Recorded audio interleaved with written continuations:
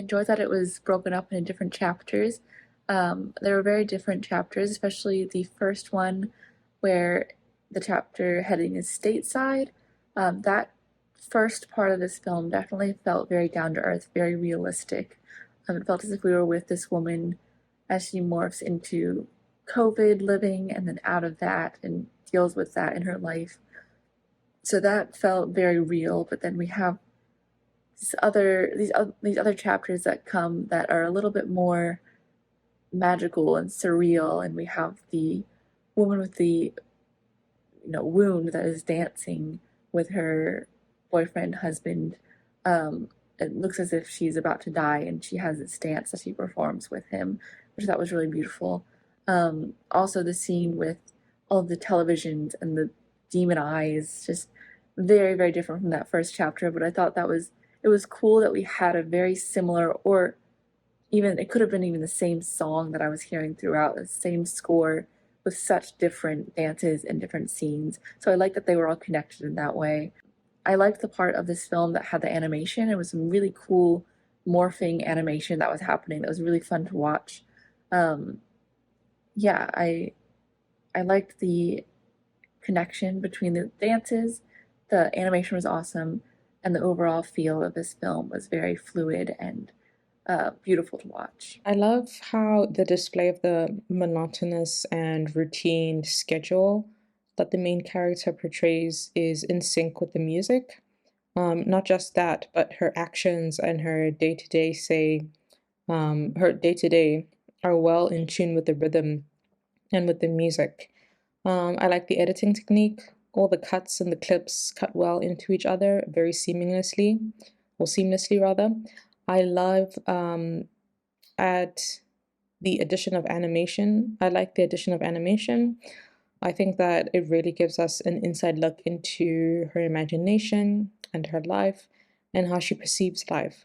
But more interestingly, how the audience can perceive her life as well. Right, moody and meditative feel that I thought worked very well, especially matching with the music. And I felt that the lead performers, the one performer carried most of the piece, and then towards the end, there were separate performers. I thought it was a very interesting sort of bridge narratively and emotionally built between the two worlds. And I thought a lot of the editing, I thought editing had a lot to do with it. It created a very consistent sense of rhythm for the piece and created a sense of direction that I thought the piece was consistent in following in terms of aesthetic and style. So I thought that the images towards the end, obviously, with the woman with the blacked out eyes and a lot of the close, intimate moments within the personal space, I thought reflected a lot of internal drama and turmoil. And I thought that the piece had a very sort of introspective feel that was matched by the performances that gave it a good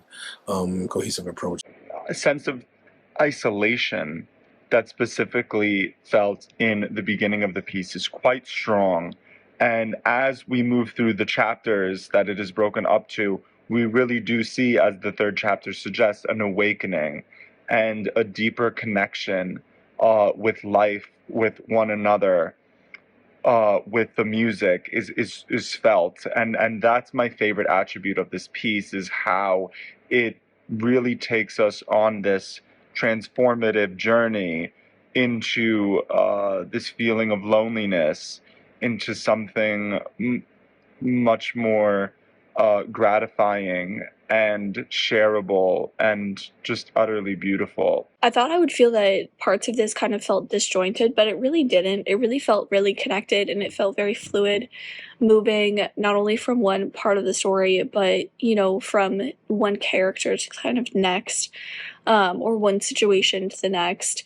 And so I really liked that, because like I said, when I got to the end, I kind of felt like I was gonna feel that it was more disjointed, looking back on it, but I really didn't feel that at all. It felt very cohesive. It felt very fluid, and it flowed very well. I loved how they portrayed certain things with absolutely no verbal anything. I thought it was brilliant. They were able to portray, like, this level of monotony and rut and routine that she had gotten herself in, and then obviously they were able to show how that was like wearing on her and wearing on her soul. And then to progress from that to, obviously, you know, they introduced COVID, and how that routine, even though it was monotonous and it was boring, it still gets, you know, it gets disrupted, and that's somehow worse. And they did such a great job of showing the kind of bleakness that she was experiencing. Way that they were able to portray the sheer emotions and the love and the loss and the fear and the heartbreak was so unbelievably beautiful.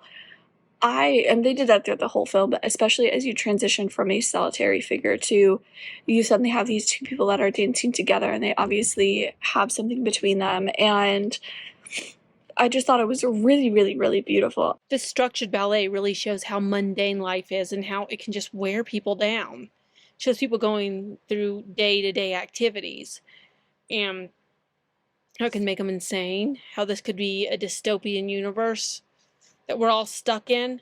There's very many meanings to this, and the fact that it's structured into 3 parts makes it stand out. It makes it really, you really think about it, it makes it where each part is different but similar.